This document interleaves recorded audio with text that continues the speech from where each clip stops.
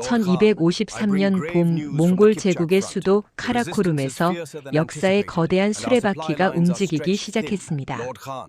데칸 뭉케는 쿠릴타이를 소집하여 제국의 운명을 결정할 중대한 명령을 내렸습니다. 그것은 바로 서쪽 세계에 대한 완전한 정복, 이란 고원의 철저한 복속이었습니다. 이 임무를 맡은 이는 징기스칸의 손자이자 뭉케의 친동생인 훌라구였습니다.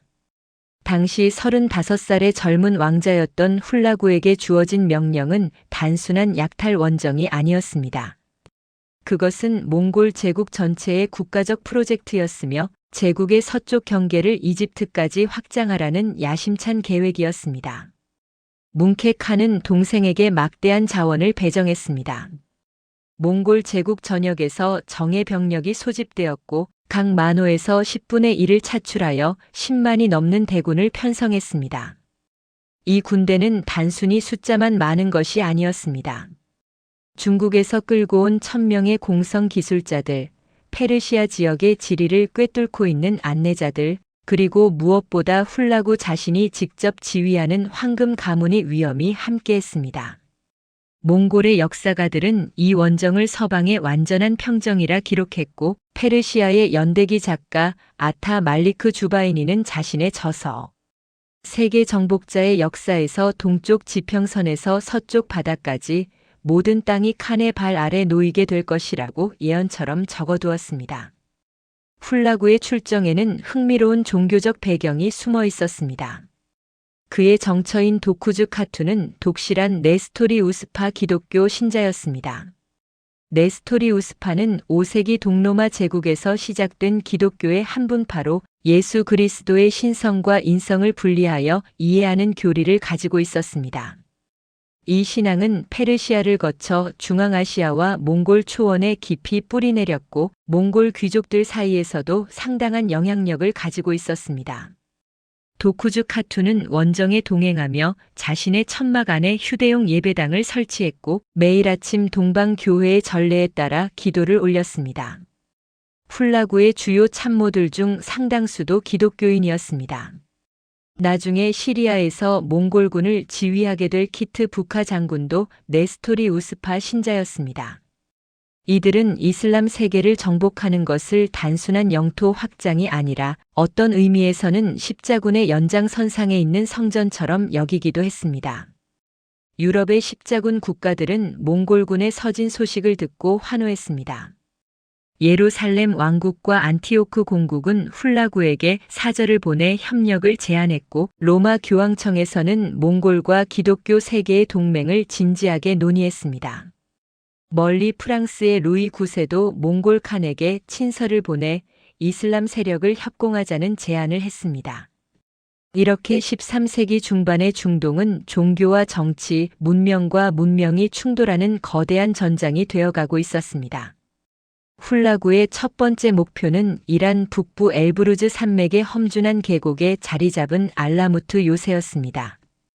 이곳은 니자리 이스마일파, 일명 아사신파의 본거지였습니다. 아사신이라는 이름은 아랍어 하샤신, 즉 하시시를 사용하는 자들이라는 뜻에서 유래했습니다. 유럽의 암살자를 뜻하는 단어 어세신도 여기서 나왔습니다. 이들은 11세기 말부터 이란과 시리아의 산악지대에 요새들을 건설하고 철저한 암살 조직을 운영했습니다. 그들의 수장은 산의 노인이라 불렸고 전설에 따르면 그는 젊은 전사들에게 환각제를 먹여 천국의 환상을 보여준 뒤 그 천국으로 돌아가고 싶으면 적을 암살하라고 명령했다고 합니다. 아사신파는 철옹성 같은 요새에서 중동 전역에 암살자들을 파견했습니다. 그들의 칼날은 칼리프도 술탄도 십자군 영주들도 두려워했습니다.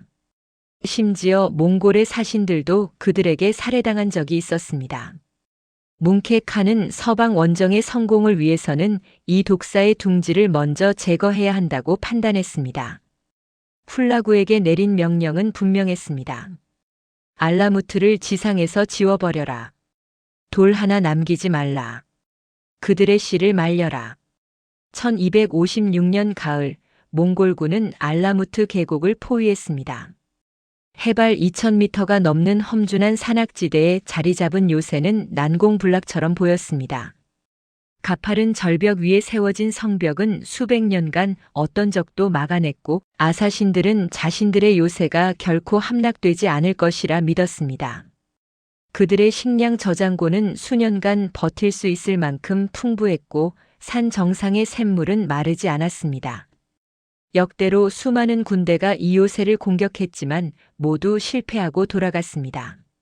하지만 그들은 몽골의 공성 기술을 과소평가했습니다. 중국 원정에서 수십 개의 난공불락 성들을 함락시킨 경험을 가진 몽골군은 체계적으로 포위망을 좁혀갔습니다. 카라키타이와 호라즘 출신의 무슬림 기술자들, 그리고 중국의 송나라에서 포로로 잡혀온 공성 전문가들이 협력하여 거대한 투석기들을 조립했습니다. 이 투석기들은 평형추의 원리를 이용한 최신식 무기로 100kg이 넘는 바위를 300m 이상 날릴 수 있었습니다. 요새 주변의 모든 고지에 이 무기들이 설치되었고 밤낮 없이 바위와 화염탄이 성벽을 두들겼습니다. 폭발하는 화약 무기도 사용되었습니다. 중국에서 개발된 초기 형태의 폭탄이 성벽에 던져졌고 그 굉음과 화염은 수비군의 사기를 떨어뜨렸습니다. 당시 아사신파의 지도자는 루쿠나 아딘이었습니다. 그는 산의 노인이라는 칭호를 물려받았지만 선대 지도자들의 카리스마나 결단력은 부족했습니다. 포위가 시작된 지 석 달이 지나자 요새 안의 상황이 악화되기 시작했습니다. 투석기의 집중 포격으로 건물들이 무너졌고 부상자가 늘어났습니다.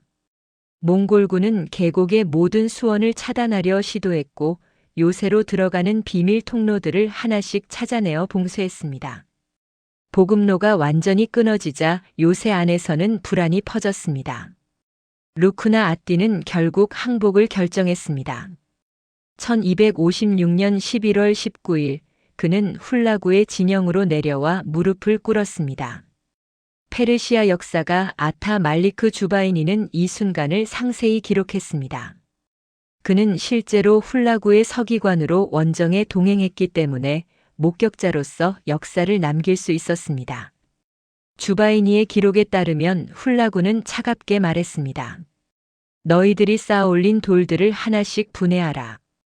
이 계곡이 평지가 될 때까지 너희가 숨겨둔 모든 무기를 내놓아라. 그리고 다른 요새들도 모두 항복시켜라. 루쿠나 아띠는 복종했습니다. 그의 명령에 따라 이란과 시리아 각지의 아사신 요새들이 차례로 항복했습니다. 알라무트의 함락은 단순한 군사적 승리 이상의 의미를 가졌습니다. 몽골군은 요새를 파괴하면서 그곳에 보관되어 있던 방대한 도서관도 불태웠습니다. 이스마일파의 신학서, 철학 문헌들이 모두 제거되었습니다. 다만 천문학과 의학 관련 서적들만은 훌라구의 명으로 구출되어 나중에 건설될 마라가 천문대로 옮겨졌습니다.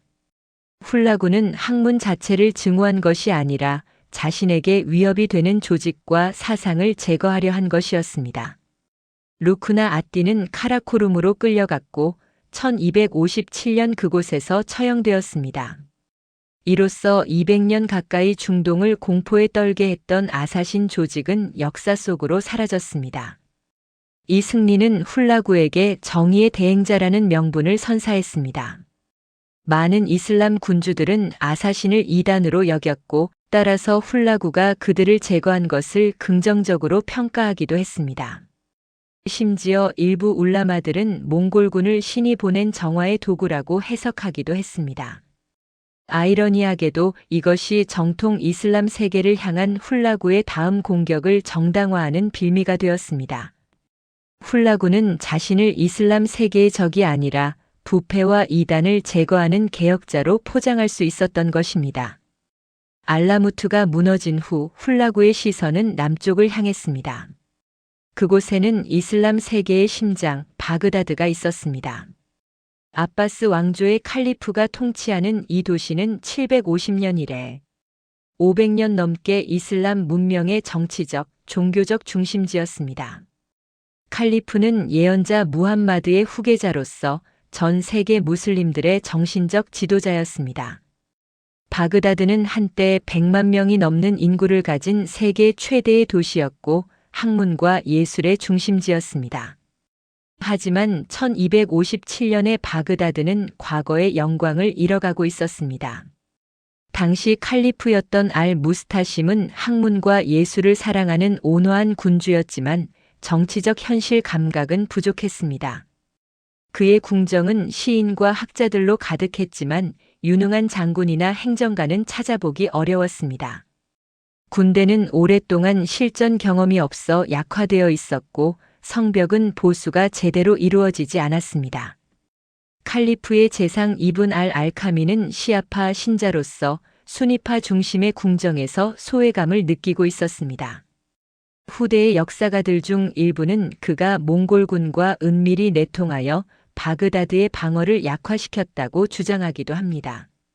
1257년 가을 훌라군은 바그다드로 사신을 보냈습니다. 사신이 전한 메시지는 간결하고 위협적이었습니다. 성문을 열고 항복하라. 칼리프는 왕관을 벗고 나와 데칸의 신하가 되라. 그러면 목숨은 보전될 것이다. 거부한다면 너희 도시는 잿더미가 될 것이고 티그리스 강은 피로 물들 것이다. 알 무스타심은 고민에 빠졌습니다. 그의 신하들은 의견이 갈렸습니다. 어떤 이들은 몽골의 위력을 보았으니 항복해야 한다고 주장했고 어떤 이들은 칼리프가 무릎을 꿇는다면 이슬람 전체가 굴욕을 당하는 것이니 끝까지 싸워야 한다고 목소리를 높였습니다. 결국 칼리프는 우유부단한 결정을 내렸습니다. 항복도 아니고 전쟁 준비도 아닌 협상을 시도한 것입니다. 그는 훌라구에게 귀중한 선물들과 함께 화친을 제안하는 서신을 보냈습니다. 하지만 훌라구는 이미 결정을 내린 상태였습니다. 바그다드는 반드시 함락되어야 했습니다. 그것은 단순히 한 도시를 정복하는 것이 아니라 이슬람 세계 전체의 몽골의 절대적 우위를 각인시키는 상징적 행위였습니다.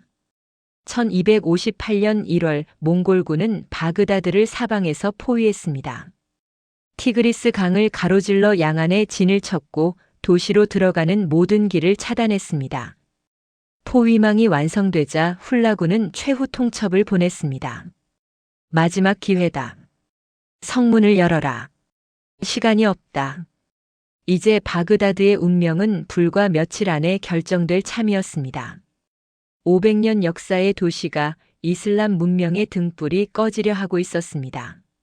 몽골 진영에서는 공성 무기들이 조립되고 있었고 병사들은 최종 공격 명령을 기다리고 있었습니다. 도시 안에서는 주민들이 두려움에 떨며 모스크에 모여 기도를 올렸습니다. 역사의 폭풍이 다가오고 있었습니다. 1258년 1월 29일 바그다드의 성벽 밖에서 몽골군의 북소리가 울려 퍼지기 시작했습니다. 그것은 최후 공격의 신호였습니다. 훌라군은 도시를 완전히 포위한 상태에서 체계적인 공격 계획을 실행에 옮겼습니다. 중국인 기술자들이 설계한 거대한 투석기들이 성벽을 향해 불을 뿜기 시작했고 화염탄과 바위들이 쉴 새 없이 도시 안으로 쏟아졌습니다. 바그다드의 수비대는 용감하게 저항했지만 그들의 무기와 전술은 이미 시대에 뒤떨어진 것이었습니다. 성벽 위의 병사들은 화살을 쏘고 돌을 던졌지만 몽골군의 집중 포격 앞에서는 무력했습니다. 칼리프 알 무스타심은 여전히 기적을 기다리고 있었습니다. 그는 이슬람 세계의 다른 군주들이 구원군을 보내주리라 믿었습니다. 시리아의 아이유브 왕조, 이집트의 맘루크, 아나톨리아의 셀주크 투르크, 누군가는 칼리프를 구하러 올 것이라고 생각했습니다. 하지만 아무도 오지 않았습니다. 각자의 왕조는 자신들의 생존에만 급급했고 몽골이라는 거대한 폭풍 앞에서 모두가 움츠러들어 있었습니다. 바그다드는 완전히 고립되어 있었습니다. 포위가 시작된 지 닷새째 되던 2월 3일 성벽의 동쪽 구간이 무너져 내렸습니다. 몽골군의 집중 포격을 견디지 못한 것입니다. 페르시아의 역사가 라시드 아띠는 그의 방대한 저서 집사에서 이 순간을 상세히 기록했습니다. 그 틈새로 몽골 기병대가 물밀듯이 쏟아져 들어왔고 거리마다 전투가 벌어졌습니다. 주민들은 집 안으로 숨어들었고 병사들은 무기를 버리고 도망쳤습니다. 바그다드의 방어선은 급속히 무너졌습니다. 2월 5일 칼리프 알 무스타심은 더 이상 버틸 수 없다는 것을 깨달았습니다. 그는 흰옷을 입고 아들들과 고위 관료들, 그리고 3,000명의 고위 인사들을 이끌고 성문을 나와 훌라구의 진영으로 향했습니다. 아바스 왕조의 37번째 칼리프는 500년 이슬람 제국의 마지막 군주는 이렇게 무릎을 꿇었습니다. 역사가 주바이니의 기록에 따르면 훌라구는 칼리프를 차갑게 맞이했습니다. 천막 안에서 이루어진 그들의 대화는 여러 역사서에 조금씩 다르게 기록되어 있지만 핵심은 비슷합니다. 훌라구는 칼리프에게 물었습니다. 그대의 보물 창고를 열어보이라. 그대가 숨겨둔 금과 은이 어디 있는지 말하라. 알 무스타심은 떨리는 목소리로 궁전의 지하 금고를 알려주었습니다. 몽골 병사들이 들어가 발견한 것은 상상을 초월하는 부였습니다. 수백 년간 축적된 금화, 은화, 보석, 진주들이 방 가득 쌓여 있었습니다. 훌라구는 이를 보고 냉소를 띠며 말했다고 합니다. 이 많은 재물이 있으면서 왜 병사들에게 급료를 주어 제대로 싸우게 하지 않았는가? 칼리프의 운명에 대해서는 역사가들마다 다른 기록을 남겼습니다. 가장 널리 알려진 설은 몽골인들이 왕족의 피를 땅에 흘리는 것을 금기시했기 때문에 칼리프를 융단에 말아 말발굽으로 짓밟아 죽였다는 것입니다. 이것은 징기스칸 시대부터 내려온 몽골의 관습으로 고귀한 혈통의 피가 대지에 직접 닿지 않게 하는 방식이었습니다. 또 다른 기록에서는 칼리프가 자신의 보물 더미 속에 갇혀 굶어 죽었다고 전합니다. 어떤 방식이든 2월 10일경 칼리프는 죽었고 그와 함께 온 3,000명의 고위 인사들도 모두 처형되었습니다. 아바스 왕조는 이렇게 막을 내렸습니다. 칼리프가 죽자 훌라구는 병사들에게 사흘간의 약탈을 허가했습니다. 이것은 몽골군의 관습이었습니다. 저항한 도시는 반드시 본보기가 되어야 했습니다. 며칠간의 무자비한 학살이 시작되었습니다. 바그다드의 역사가 이븐 카시르를 비롯한 여러 아랍 연대기 작가들의 증언에 따르면 도시의 거의 모든 지역에서 살육이 자행되었습니다. 남녀노소를 가리지 않았고 부자든 가난한 자든 차별이 없었습니다. 거리마다 시체가 쌓였고 티그리스 강은 문자 그대로 핏빛으로 물들었습니다. 후대의 아랍 시인들은 이렇게 노래했습니다. 티그리스 강물이 두 가지 색깔로 흘렀다. 첫째 날은 피의 붉은색으로, 둘째 날은 책의 먹물로 검게 물들었다. 이 표현은 과장이 아니었습니다. 몽골군은 바그다드의 무수한 도서관들을 파괴했기 때문입니다. 바이트 알 히크마 지혜의 집이라 불리던 세계 최대의 도서관이 불타올랐습니다. 이곳은 9세기 칼리프 알 마문이 세운 곳으로 그리스, 페르시아, 인도의 고전들이 아랍어로 번역되어 보관된 학문이 보고였습니다. 목격자들의 증언에 따르면 몽골 병사들은 책들을 티그리스 강에 던져버렸습니다. 책들이 너무 많이 떠 있어서 사람이 그 위를 걸어서 강을 건널 수 있을 정도였다고 합니다. 먹물이 강물에 녹아들면서 물은 검은색으로 변했습니다. 천문학, 의학, 수학, 철학, 문학의 귀중한 자료들이 하루아침에 사라져버린 것입니다. 얼마나 많은 지식이 영원히 소실되었는지는 아무도 알 수 없습니다. 학살의 규모에 대해서는 역사가들마다 다른 숫자를 제시합니다. 보수적인 추정으로는 20만 명에서 50만 명, 많게는 100만 명에서 200만 명까지도 언급됩니다. 정확한 숫자를 알 수는 없지만 당시 바그다드 인구의 대부분이 학살당했다는 것은 분명합니다. 도시의 건물들도 체계적으로 파괴되었습니다. 웅장한 아바스 왕조의 궁전들, 아름다운 모스크들, 번화한 시장과 상점들이 불타거나 무너졌습니다. 500년간 쌓아올린 문명의 결실이 단 며칠 만에 잿더미로 변했습니다. 다만 기독교 교회와 네스토리우스파 신자들의 거주지는 도쿠즈 카툰의 간청으로 보호를 받았습니다. 바그다드의 동방 기독교 총대주교는 살아남았고 그의 교회는 파괴를 면했습니다.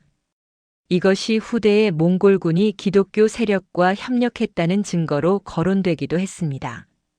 실제로 십자군 국가들의 일부는 이 소식을 환영하기도 했습니다. 이슬람의 심장부가 무너진 것을 기독교 세계의 승리로 해석한 것입니다. 바그다드 함락의 소식은 빠르게 이슬람 세계 전역으로 퍼져나갔습니다. 시리아의 다마스쿠스에서 이집트의 카이로에서 먼 모로코와 안달루시아에 이르기까지 모든 무슬림들은 충격에 휩싸였습니다. 당대의 위대한 역사가 이븐 알 아시르는 모술에서 이 소식을 듣고 깊은 절망에 빠졌습니다. 그는 자신의 저서 알 카밀 피 아타리크, 완전한 역사라는 책에 이렇게 기록했습니다. 나는 수년간 이 사건을 기록하기를 주저했다. 누가 이슬람의 죽음을 기록하고 싶겠는가? 그의 글에는 단순한 역사적 기술을 넘어선 깊은 신앙적 고뇌가 담겨 있습니다. 많은 무슬림 학자들은 근본적인 질문을 던지기 시작했습니다. 왜 알라께서 이런 일이 벌어지도록 허락하셨는가? 칼리프는 신의 대리인이 아니었는가? 이슬람은 진리의 종교가 아닌가? 그렇다면 왜 이교도들이 승리했는가? 이러한 신학적 위기는 이슬람 사상사에 깊은 흔적을 남겼습니다. 일부 학자들은 이것이 무슬림들의 죄에 대한 신의 징벌이라고 해석했습니다. 도덕적 타락, 분열, 사치와 향락에 빠진 것에 대한 경고라는 것입니다. 13세기 시리아의 학자 이븐 타이미야는 나중에 이렇게 썼습니다. 무슬림들이 신앙의 본질을 잃고 형식에만 매달렸을 때 알라께서는 채찍을 보내셨다. 그 채찍이 몽골이었다. 또 다른 학자들은 이것을 시험으로 받아들였습니다. 초기 이슬람이 메카에서 박해받던 시절처럼 신앙의 순수성을 회복하기 위한 고난의 시기라고 보았습니다. 바그다드 함락 후 훌라구는 서쪽으로 진군을 계속했습니다. 1260년 초 시리아의 도시들이 차례로 그의 발 앞에 무릎을 꿇었습니다.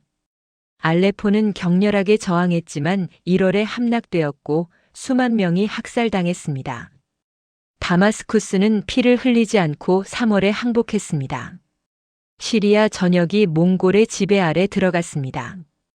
이제 남은 것은 이집트뿐이었습니다. 1260년 봄 훌라구는 카이로의 맘루크 술탄 쿠투즈에게 사신을 보내 항복을 요구했습니다. 그 서신은 오만함으로 가득했습니다. 하늘에서 해가 뜨는 곳에서 지는 곳까지 모든 땅이 우리의 것이다. 누구도 우리의 칼날을 피할 수 없다. 바그다드가 어떻게 되었는지 보았을 것이다. 알레포가 어떻게 되었는지 보았을 것이다. 현명한 자라면 무릎을 꿇을 것이다. 저항하는 자는 파멸할 것이다. 하지만 이집트의 대답은 훌라구의 예상을 완전히 벗어난 것이었습니다. 카이로에서는 새로운 술탄 쿠투즈가 즉위한 참이었습니다.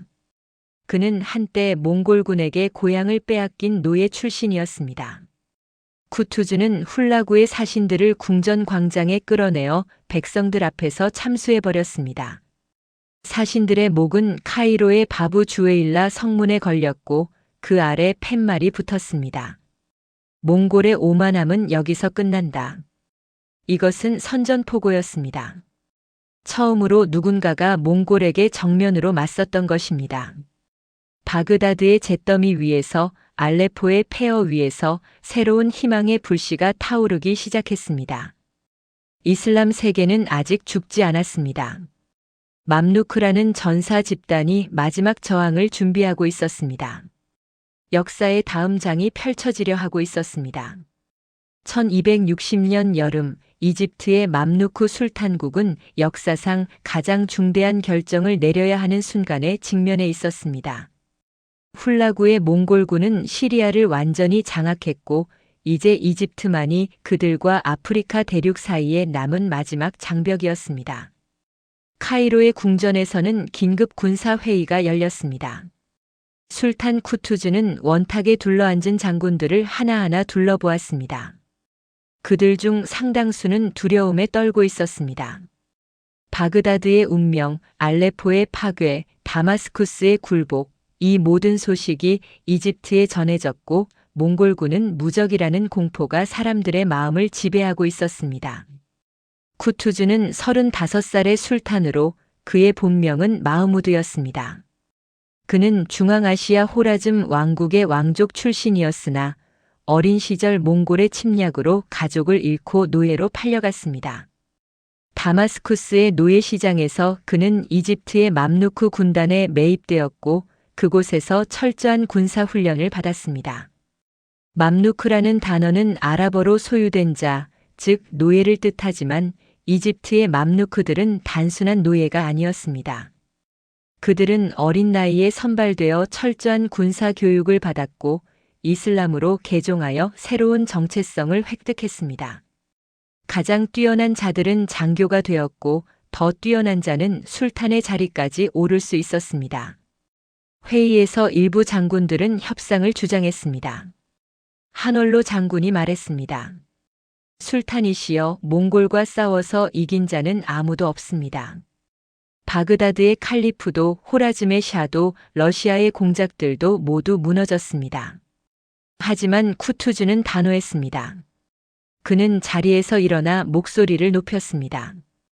두려워하는 자들은 지금 이 자리를 떠나라. 나는 혼자서라도 싸울 것이다. 몽골이 무적이라고 그것은 아무도 제대로 맞서 싸우지 않았기 때문이다. 쿠투즈의 오른팔은 바이바르스라는 장군이었습니다. 그는 킵차크 초원 출신의 투르크인으로 냉철한 전략가였습니다. 바이바르스는 조언했습니다. 술탄이시여, 몽골군의 주력은 아직 시리아에 있습니다. 하지만 훌라군은 데칸 뭉케의 죽음 소식을 듣고 대부분의 병력을 이끌고 동쪽으로 돌아갔습니다. 지금이 기회입니다. 우리가 먼저 나가서 전장을 선택해야 합니다. 쿠투즈는 고개를 끄덕였습니다. 좋다. 우리가 먼저 나간다. 모든 병력을 동원하라. 1260년 7월 26일 맘루크군은 카이로를 출발했습니다. 그들의 숫자는 약 2만 명이었습니다. 몽골군에 비하면 적은 숫자였지만 이들은 모두 정예 중의 정예였습니다. 맘루크 기병들은 어린 시절부터 말 위에서 살았고 활쏘기와 검술에 능숙했습니다. 무엇보다 중요한 것은 그들의 사기였습니다. 이들은 노예 출신이었지만 이제는 이슬람 세계의 마지막 수호자라는 자부심으로 가득 차 있었습니다. 군대는 시나이 반도를 횡단하여 팔레스타인으로 진입했습니다. 그 무렵 시리아에 남아있던 몽골군 사령관은 키트 부카였습니다. 그는 네스토리우스 기독교 신자이자 용맹한 장군이었습니다. 훌라군은 그에게 약 1만에서 2만 명 정도의 병력만을 남겨두고 떠났습니다. 키트 부카는 이제 훨씬 적은 병력으로 광대한 시리아 지역을 방어해야 했습니다. 8월 말 그는 맘루크군이 팔레스타인으로 진입했다는 보고를 받았습니다.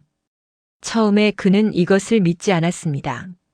하지만 정찰병들의 확인이 이어지자 그는 즉시 병력을 남쪽으로 이동시켰습니다. 9월 3일 두 군대는 갈릴리 지역의 아인 잘루트, 골리앗의 샘이라는 뜻을 가진 계곡에서 마주쳤습니다. 이곳은 나사렛 남동쪽에 위치한 비옥한 계곡으로 주변에 언덕과 숲이 많았습니다. 바이바르스는 이 지형을 교묘하게 활용할 계획을 세웠습니다. 그는 자신의 선봉대 1000명만을 계곡 입구에 배치하고 주력군 전체를 주변 숲과 언덕 뒤에 숨겨두었습니다. 이것은 전형적인 매복 전술이었습니다. 9월 3일 금요일 아침 바이바르스의 선봉대가 몽골군 정찰대와 조우했습니다. 짧은 교전 후 바이바르스는 의도적으로 후퇴하기 시작했습니다. 이것은 계획된 유인 작전이었습니다. 키트 부카는 맘루크군이 겁을 먹고 도망친다고 판단했습니다. 그는 전군에 추격 명령을 내렸습니다. 몽골 기병들은 승리를 확신하며 계곡 안쪽으로 깊숙이 진입했습니다. 바이바르스의 부대는 계속 후퇴했고 몽골군은 더욱 깊이 추격했습니다. 갑자기 양쪽 언덕과 숲에서 북소리가 울려 퍼졌습니다. 쿠투즈의 주력군이 일제히 나타나 몽골군의 양측면을 강타했습니다. 수천 명의 맘루크 기병이 사방에서 쏟아져 나왔고 화살이 비처럼 쏟아졌습니다. 몽골군은 당황했습니다. 그들은 포위당한 것입니다. 키트 북한은 즉시 반격을 명령했지만 좁은 계곡에서 몽골 기병의 기동력은 제한되었습니다. 맘루크군은 이 점을 정확히 노렸던 것입니다. 전투는 치열했습니다. 양측 모두 후퇴하지 않았고 백병전이 벌어졌습니다. 아랍 역사가 이븐 카시르의 기록에 따르면 한때 전세가 몽골군에게 유리해 보이는 순간도 있었습니다. 키트 북하의 용맹한 돌격이 맘루크군의 일부를 무너뜨렸던 것입니다. 이때 쿠투즈가 결단을 내렸습니다. 그는 투구를 벗어 병사들이 자신을 알아볼 수 있게 했습니다. 그리고는 자신의 말을 최전선으로 몰았습니다. 그의 목소리가 전장에 울려 퍼졌습니다. 와 이슬람아 이슬람이여, 와 알라 알라시여. 술탄이 직접 선두에 서서 싸우는 모습을 본 맘루크 병사들의 사기는 치솟았습니다. 그들은 함성을 지르며 몽골군을 향해 돌격했습니다. 역사가 마크리지의 기록에 따르면 전투는 오후 내내 계속되었습니다. 해가 서쪽으로 기울 무렵 몽골군의 전열이 무너지기 시작했습니다. 키트 북한은 끝까지 싸웠지만 결국 포로로 잡혔습니다. 쿠투즈 앞에 끌려온 키트 북한은 당당했습니다. 나를 죽여라. 하지만 훌라구 칸께서 이 소식을 들으시면 너희 땅은 피바다가 될 것이다. 쿠투즈는 차갑게 대답했습니다. 내가 바그다드에서 무슬림들에게 한 짓을 기억하라. 오늘은 그 대가를 치르는 날이다. 키트 북한은 그 자리에서 처형되었습니다. 몽골군은 괴멸했고 살아남은 자들은 북쪽으로 도주했습니다. 이것이 인류 역사상 최초로 몽골군이 야전에서 결정적으로 패배한 전투였습니다. 아인 잘루트의 승리 소식은 번개처럼 이슬람 세계 전역에 퍼져나갔습니다. 다마스쿠스에서, 알레포에서, 모술에서 사람들은 거리로 쏟아져 나와 기뻐 울었습니다. 무적으로 여겨졌던 몽골군이 패배한 것입니다. 바그다드의 비극 이후 2년 반 만에 이슬람 세계는 다시 희망을 찾았습니다. 역사가 이븐 타그리비르디는 기록했습니다. 이날은 신께서 이슬람에 새 생명을 불어넣으신 날이었다. 쿠투즈는 승리의 여세를 몰아 시리아로 진군했습니다. 다마스쿠스는 환호하며 맘루크군을 맞이했고 몽골군이 임명한 총독들은 도망쳤습니다. 시리아 전역이 몽골의 지배에서 벗어났습니다. 쿠투즈는 다마스쿠스의 우마이야드 대모스크에서 승리 감사 예배를 드렸습니다. 수천 명의 시민들이 모스크를 가득 메웠고 그의 연설을 들었습니다. 하지만 쿠투즈의 영광은 오래가지 못했습니다. 1260년 10월 16일 카이로로 돌아가는 도중 사리아 지역에서 그는 바이바르스와 다른 장군들에게 암살당했습니다. 권력을 둘러싼 음모였습니다. 역사가 이븐 타그리비르디에 따르면 쿠투즈가 매 사냥을 하던 중 바이바르스가 다가와 검을 휘둘렀고 다른 공모자들도 일제히 칼을 뽑았다고 합니다. 이슬람 세계의 구원자는 이렇게 비참하게 죽었습니다. 바이바르스가 새로운 술탄이 되었고 그는 이후 17년간 통치하며 맘루크 왕조를 확고히 했습니다. 하지만 역사는 아인 잘루트에서의 승리를 결코 잊지 않았습니다. 그것은 몽골 제국의 서진이 멈춘 지점이었습니다. 만약 맘루크가 패배했다면 몽골군은 이집트를 정복하고 북아프리카까지 진출했을 것입니다. 이슬람 문명은 치명적인 타격을 받았을 것입니다. 훌라구는 아인 잘루트의 소식을 듣고 분노했습니다. 그는 즉시 복수를 계획했지만 실행에 옮기지 못했습니다. 북쪽의 금장한국 칸 베르케가 훌라구에게 전쟁을 선포했기 때문입니다. 베르케는 이슬람으로 개종한 몽골 칸이었고 훌라구의 바그다드 학살을 결코 용서할 수 없었습니다. 1262년부터 시작된 베르케와 훌라구의 전쟁은 몇 년간 계속되었고 이 때문에 훌라구는 다시는 이집트를 공격할 수 없었습니다. 몽골 제국 내부의 분열이 아이러니하게도 이슬람 세계를 구원한 것입니다.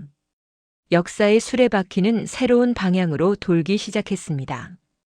아인 잘루트 이후 일칸국과 맘루크 왕조는 반세기 이상 대치하며 때로는 전쟁을 벌이고 때로는 평화를 유지했습니다. 하지만 더 이상 몽골이 이슬람 세계 전체를 위협하지는 않았습니다. 그리고 흥미롭게도 시간이 지나면서 정복자였던 몽골인들이 피정복자의 문화에 동화되기 시작했습니다. 칼로 정복했던 자들이 어떻게 정복당한 자들의 신앙을 받아들이게 되었는지 그것이 다음 이야기입니다. 1295년 6월 이란 고원의 타브리즈에서 역사적인 사건이 벌어졌습니다. 일칸국의 새로운 칸 가잔이 공개적으로 이슬람으로 개종을 선언한 것입니다. 24살의 젊은 칸은 수만 명의 백성들 앞에서 샤하다, 즉 신앙 고백을 낭송했습니다. 라 일라하 일랄라 무함마둔 라술알라. 알라 외에 신은 없고 무함마드는 그의 사자이다. 이 순간 바그다드를 파괴하고 수십만 무슬림을 학살했던 훌라구의 후손이 이슬람 신자가 된 것입니다. 이것은 단순한 개인의 종교 선택이 아니었습니다. 그것은 일칸국 전체의 정체성을 재정의하는 혁명적 사건이었습니다. 가잔 칸의 개종은 갑작스러운 일이 아니었습니다. 그 배경에는 오랜 역사적 과정이 있었습니다. 훌라구가 1258년 바그다드를 정복한 이후 몽골 지배층은 피정복민들과 어떻게 관계를 맺을 것인가 하는 근본적인 문제에 직면했습니다. 일칸국의 영토는 이란, 이라크, 아나톨리아 동부, 코카서스 지역을 포함했습니다. 이 광대한 땅의 주민 대다수는 무슬림이었습니다. 몽골인들은 숫자상으로 극소수에 불과했습니다. 전체 인구의 1%도 되지 않았을 것입니다. 초기 일칸들은 다양한 종교 정책을 시도했습니다. 훌라구 자신은 불교에 호의적이었습니다. 그의 아내 도쿠즈 카투는 네스토리우스 기독교 신자였고 그녀의 영향으로 기독교도 보호를 받았습니다. 훌라구의 아들 아바카 칸은 아버지의 정책을 이어받았습니다. 그의 시대에 마라가 천문대가 건설되었고 유명한 과학자 나시르 아딘 투시가 그곳에서 연구했습니다. 아바카의 동생 테구데르는 이슬람으로 개종하여 아흐마드라는 이름을 택했지만 1284년 쿠데타로 제거되었습니다. 그의 조카 아르군이 권력을 장악했습니다. 아르군 칸의 시대는 티베트 불교의 전성기였습니다. 아르군은 티베트 승려들을 초청했고 그들에게 막대한 토지와 재산을 하사했습니다. 수도 타브리즈에는 불교 사원들이 세워졌고 라마승들이 궁정을 드나들었습니다. 이것은 무슬림 주민들의 불만을 샀습니다. 그들은 자신들을 정복한 이방인들이 자신들의 신앙을 무시한다고 느꼈습니다. 아르군의 재상 사드 아따울라는 유대인이었는데 그는 세금 제도를 개혁하려 했지만 무슬림 엘리트들의 저항에 부딪혔습니다. 1291년 아르군이 사망하자 사드 아따울라는 폭도들에게 살해당했습니다. 가자는 아르군의 아들이었습니다. 어린 시절부터 그는 제국의 변방에서 군사 경험을 쌓았습니다.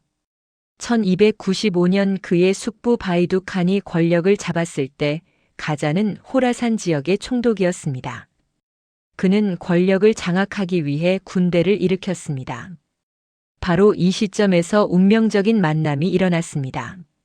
누루즈라는 몽골 장군이 가잔에게 제안했습니다. 만약 칸이 이슬람으로 개종한다면 모든 무슬림 병사들과 이란의 귀족들이 당신을 지지할 것입니다.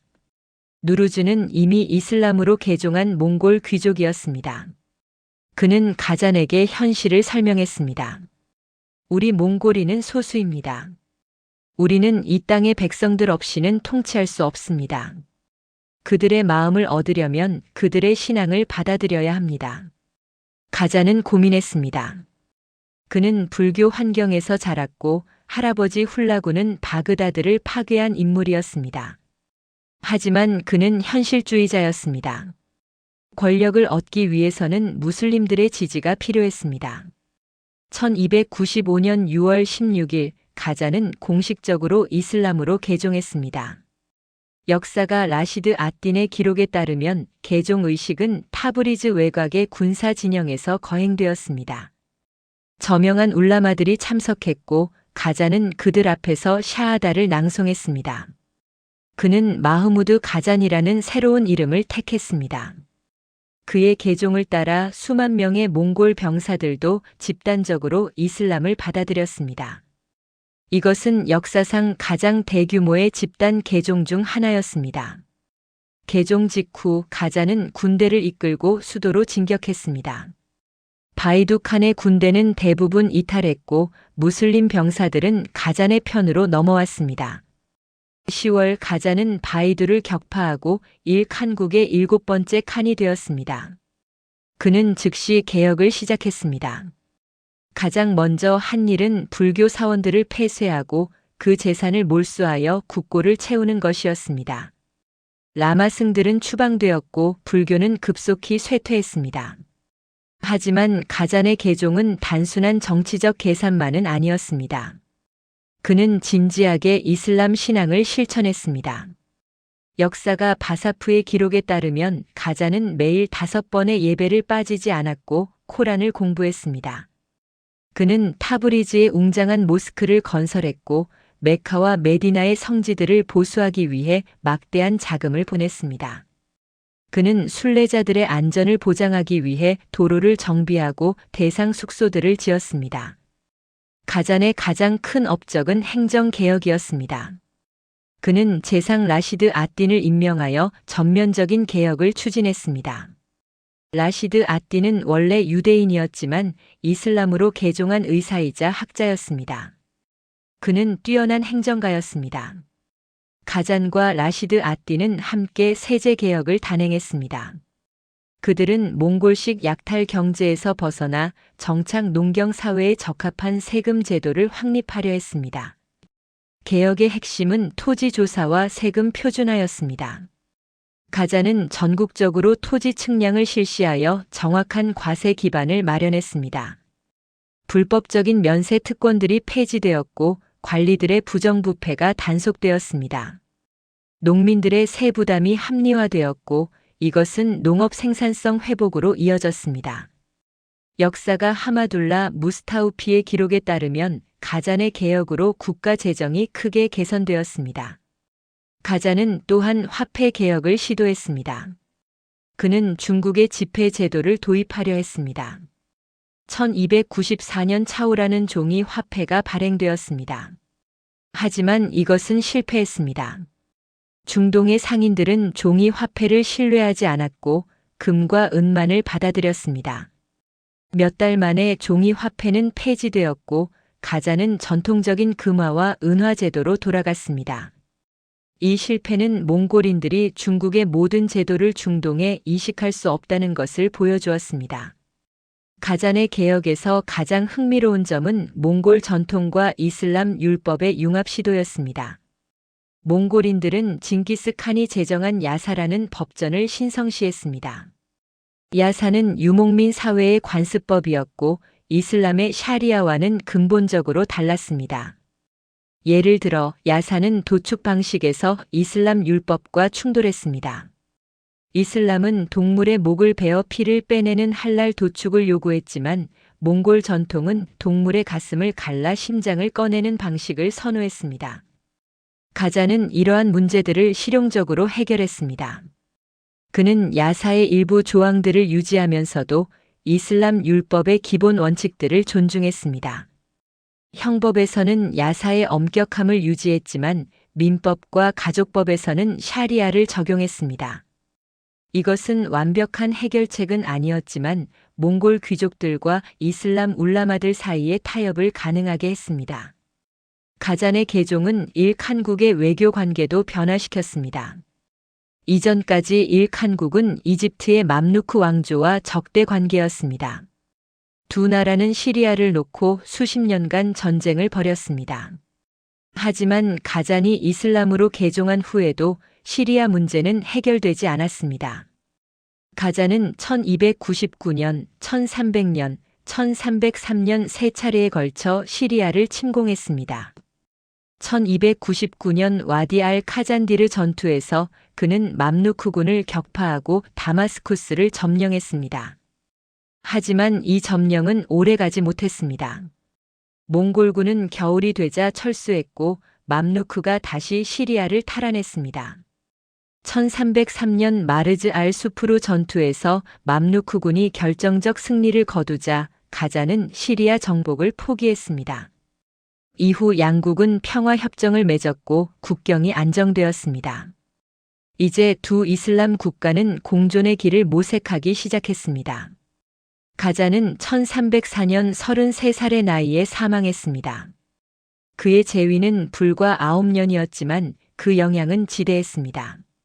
그는 일칸국을 몽골 유목 국가에서 이슬람 페르시아 국가로 변모시켰습니다. 그의 동생 올제이투가 뒤를 이었고 올제이투는 형의 정책을 계승했습니다. 올제이투는 한 걸음 더 나아가 시아파로 개종하기도 했지만 이것은 수니파 다수의 반발을 샀고 나중에 철회되었습니다. 가잔의 재상 라시드 아띠는 올제이투 시대에도 계속 권력을 유지했습니다. 그는 가잔의 명령으로 시작한 거대한 역사서 집사를 완성했습니다. 이 책은 몽골 제국의 역사뿐 아니라 중국, 인도, 유럽, 이슬람 세계의 역사를 모두 다루는 최초의 세계사였습니다. 라시드 아띠는 각국의 학자들을 초청하여 정보를 수집했습니다. 중국 학자들에게서 중국사를, 인도 승려들에게서 인도사를, 유럽 여행자들에게서 프랑크 역사를 배웠습니다. 집사는 단순한 역사서가 아니었습니다. 그것은 세계를 하나의 역사적 과정으로 보려는 시도였습니다. 몽골 제국이 동서를 연결했기 때문에 가능한 비전이었습니다. 라시드 아띠는 서문에서 이렇게 썼습니다. 이제 세계의 모든 민족들이 하나의 제국 안에서 만나고 있다. 우리는 서로를 이해해야 한다. 이 책은 그 이해를 위한 것이다. 이것은 13세기의 세계화가 낳은 지적 산물이었습니다. 가잔의 개종과 개혁은 성공적이었지만 일칸국의 구조적 문제들을 모두 해결하지는 못했습니다. 몽골 귀족들 사이의 파벌 다툼은 계속되었고 왕위 계승을 둘러싼 분쟁도 끊이지 않았습니다. 1318년 올제이투가 사망하자 그의 아들 아부 사이드가 12살의 나이에 즉위했습니다. 어린 칸을 둘러싸고 섭정들이 권력 투쟁을 벌였습니다. 1335년 아부 사이드가 후계자 없이 사망하자 일칸국은 내전에 빠졌습니다. 중앙 권력이 붕괴하고 각 지역의 총독들이 독립했습니다. 일칸국은 여러 작은 왕조들로 분열되었습니다. 정복자들의 제국은 이렇게 막을 내렸습니다. 1304년 가잔 칸이 사망했을 때 일칸국은 표면적으로는 강대한 제국이었습니다. 하지만 그 화려한 외관 아래에는 깊은 균열이 숨어 있었습니다. 가잔의 동생 올제이투가 왕위를 계승했고 그는 형의 개혁 정책을 이어받았습니다. 올제이투는 무함마드 후다반데라는 이슬람 이름을 가진 독실한 무슬림이었습니다. 그는 1307년 수도를 타브리즈에서 남쪽의 솔타니에로 옮기기로 결정했습니다. 솔타니에는 페르시아어로 술탄의 것이라는 뜻이었습니다. 이곳에 그는 자신의 새로운 도시를 건설하기 시작했습니다. 솔타니에의 건설은 일칸국의 문화적 융합을 상징하는 프로젝트였습니다. 올제이투는 자신의 영묘를 도시 중심에 세우도록 명령했습니다. 이 건물은 당시 세계에서 가장 큰 돔 구조물이 될 예정이었습니다. 페르시아의 건축가들과 몽골의 후원자들이 협력하여 놀라운 건축물을 만들어냈습니다. 영묘의 돔은 높이가 50m에 달했고 직경은 25m였습니다. 외벽은 청록색과 코발트 블루의 타일로 장식되었고 내부는 복잡한 기하학 무늬와 코란 구절의 서예로 뒤덮였습니다. 이 건축물에는 몽골과 페르시아의 전통이 함께 녹아들어 있었습니다. 돔의 형태는 페르시아의 전통 건축 양식을 따랐지만 그 규모와 웅장함은 몽골 칸들의 야심을 반영했습니다. 팔각형 기단 위에 세워진 구조는 중앙아시아 천막의 형태를 연상시켰고 동시에 이슬람 건축의 정수를 보여주었습니다. 역사가 하마둘라 무스타우피는 이 건물을 보고 감탄하며 기록했습니다. 이것은 동방과 서방의 기술이 만나 낳은 기적이다. 올 J2의 궁정에서는 라시드 앗딘이 여전히 막강한 권력을 휘두르고 있었습니다. 그는 집사의 지피를 계속했고 1310년경 이 방대한 저서를 완성했습니다. 집사는 총 4권으로 구성되었고 수천 페이지에 달했습니다. 첫 번째 권은 몽골과 투르크 부족들의 역사를 다루었고 두 번째 권은 징기스칸의 후계자들과 몽골 제국의 역사를 기록했습니다. 세 번째 권은 이란, 유대인, 프랑크, 중국, 인도의 역사를 포함했습니다. 네 번째 권은 지리서였습니다. 라시드 앗딘은 단순히 사료를 편집한 것이 아니라 비교 역사학의 선구자가 되었습니다. 그는 서로 다른 문명들의 역사를 나란히 놓고 비교했습니다. 예를 들어 그는 예언자 무함마드, 붓다, 공자 예수의 생애를 각각 다루며 그들이 각 문명에 미친 영향을 분석했습니다. 이것은 13세기라는 시대를 고려하면 놀라운 관점이었습니다. 그는 몽골 제국이라는 거대한 공간에서 수집한 정보를 바탕으로 인류 전체의 역사를 하나의 이야기로 엮어낸 것입니다. 라시드 앗딘은 또한 타브리즈 외곽에 라브이 라시디라는 거대한 학술 단지를 건설했습니다. 이곳에는 도서관, 병원, 학교, 대상 숙소, 공방들이 들어섰습니다. 전 세계에서 학자들이 모여들었습니다. 중국의 의사들, 인도의 수학자들, 그리스 철학의 정통한 아랍 학자들, 유럽에서 온 여행자들이 이곳에서 만났습니다. 라시드 앗딘은 여기서 집사의 필사본을 제작했습니다.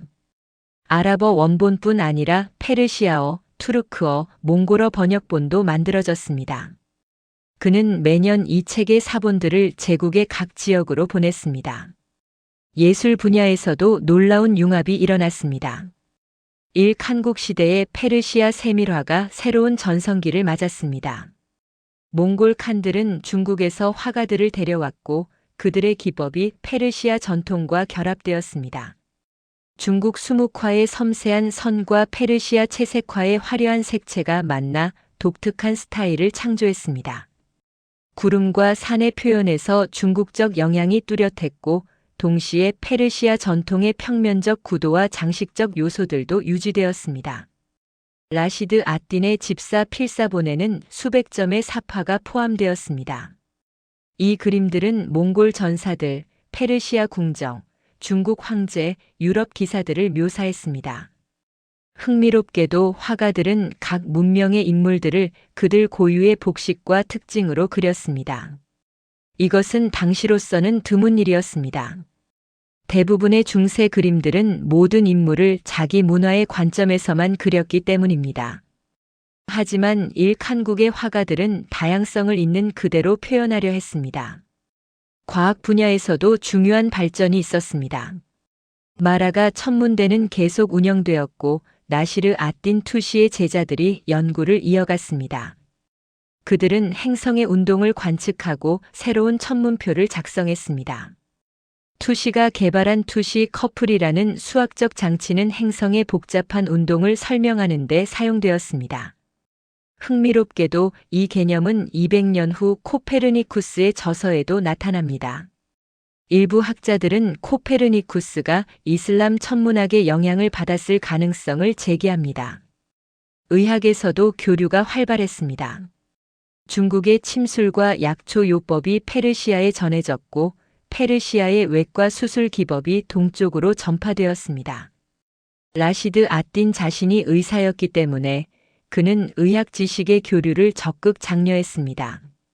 그는 의학 보고서라는 백과사전을 편찬하여 당시까지 알려진 모든 의학 지식을 집대성했습니다.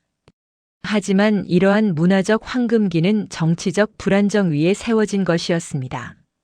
1316년 올제이투가 사망했을 때 그의 아들 아부사이드는 겨우 12살이었습니다. 어린 칸을 둘러싸고 섭정들이 권력을 다투었습니다. 가장 강력한 세력은 초반 부족의 수장들이었습니다. 그들은 몽골 귀족 중에서도 가장 보수적인 집단이었고 이슬람 계종에도 소극적이었습니다.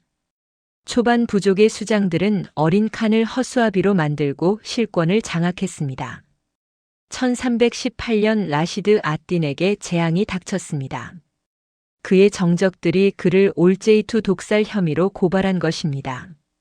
증거는 없었지만 권력을 장악한 초반 부족은 그를 제거하기로 결정했습니다. 70세의 노학자는 타브리즈 시장에서 공개 처형되었습니다. 그의 재산은 몰수되었고 그가 건설한 라브이 라시디는 약탈당했습니다. 일칸국의 가장 위대한 지성이 정치적 음모의 희생양이 된 것입니다. 역사가 바사프는 슬픔에 잠겨 기록했습니다. 라시드 앗딘의 죽음으로 한 시대가 끝났다. 아부 사이드가 성인이 되자 그는 초반 부족의 횡포를 견제하려 했습니다. 1322년 그는 초반 부족의 수장들을 숙청하고 친정을 시작했습니다. 하지만 그의 통치는 이미 약화된 제국을 회복시키기에는 역부족이었습니다. 지방 총독들은 점점 더 독립적으로 행동했고 중앙정부의 명령을 무시했습니다. 세수는 감소했고 군대의 사기는 떨어졌습니다. 경제도 어려워졌습니다. 가잔의 화폐 개혁 실패 이후 통화제도는 혼란스러웠습니다. 더 심각한 문제는 흑사병이었습니다. 1330년대 초 중앙아시아에서 시작된 패스트가 일칸국으로 퍼졌습니다. 이 전염병은 실크로드를 따라 서쪽으로 이동했고 타브리즈와 바그다드 같은 대도시들을 강타했습니다. 인구의 3분의 1이 사망했다는 추정도 있습니다. 농업 생산이 붕괴했고 상업 활동이 마비되었습니다. 제국의 경제적 기반이 무너진 것입니다. 1335년 11월 30일 아부 사이드가 후계자 없이 사망했습니다. 그는 겨우 30살이었고 아들이 없었습니다. 그의 죽음과 함께 훌라구의 직계 혈통이 단절되었습니다. 제국은 즉시 내전에 빠졌습니다. 여러 인물들이 칸의 자리를 놓고 다투었지만 아무도 전체를 장악하지 못했습니다. 일칸국은 사실상 붕괴했습니다. 제국의 영토는 여러 지역 왕조들로 분열되었습니다. 바그다드와 이라크 남부는 자라이르 왕조가 지배했습니다. 이들은 몽골계 부족이었지만 완전히 이슬람화되어 있었습니다. 아제르바이잔과 이란 서부는 초판 왕조가 장악했습니다. 이들 역시 투르크계 몽골 부족이었습니다.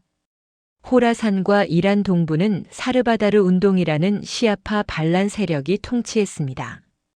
아나톨리아에서는 여러 투르크 베이국들이 독립했습니다.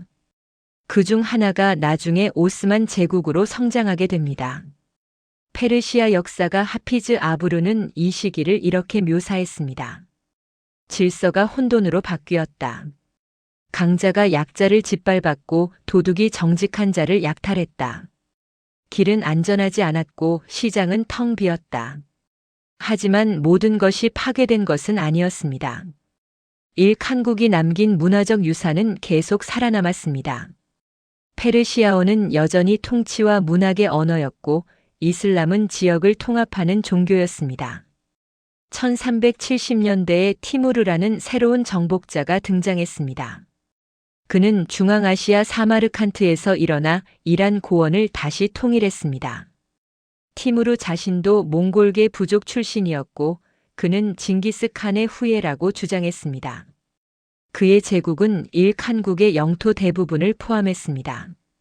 흥미롭게도 티무르는 일칸국의 문화적 전통을 계승했습니다.